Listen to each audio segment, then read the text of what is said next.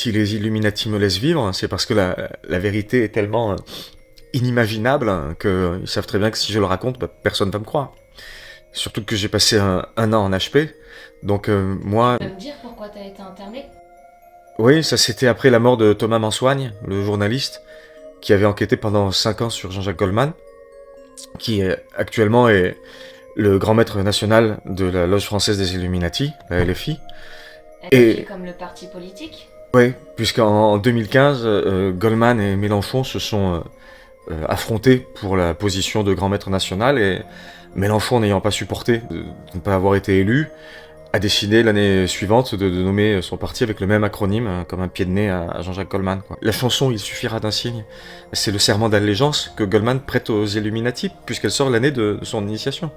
Et le clip démarre, on voit son ombre, c'est-à-dire sa personne, en fait, qui joue de la guitare au milieu des flammes. Et après, dans le reste du clip, on voit son visage, toujours au milieu des flammes, qui fixe la caméra, comme ça, avec le regard très perçant, très sombre, jusqu'à la fin. Les paroles, en fait, sont que des références aux Illuminati. Quand il dit il suffira d'un signe, il fait référence au triangle, le signe des Illuminati.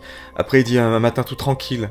Là, c'est une référence à la Golden Dawn, l'aube dorée, qui est une société secrète fondée en 1888 en Angleterre. Après, il dit j'aurai tout ce qui brille. Ben là, c'est la promesse de richesse des Illuminati, quoi, le succès. Et après, il dit c'est écrit dans nos livres en latin. Ça, ce sont les livres de magie, qui sont des livres anciens, écrits en latin souvent, et qui sont utilisés pendant les rituels et pour les sacrifices. Mais tous les 2 ans, Jean-Jacques Goldman fait un tour de France à vélo. Et il s'arrête à chaque fois dans des maisons d'hôtes, des gîtes, chez l'habitant, quoi, pour bien montrer qu'il est modeste, tout ça. Et en fait, ça, c'est une grande perversité, parce que il est tout le contraire de ça. Ce que Thomas Mansoigne avait découvert, et qui s'apprêtait à révéler, c'était que Jean-Jacques Goldman, dans chacune des villes où il s'arrête, en réalité, est là pour visiter une loge en tant que grand maître national. Et dans un périmètre de 10 km autour de chaque ville, il a remarqué que systématiquement, il y avait un enfant, un garçon, et une adolescente qui étaient signalés portés disparus la semaine précédant l'arrivée de Jean-Jacques Goldman.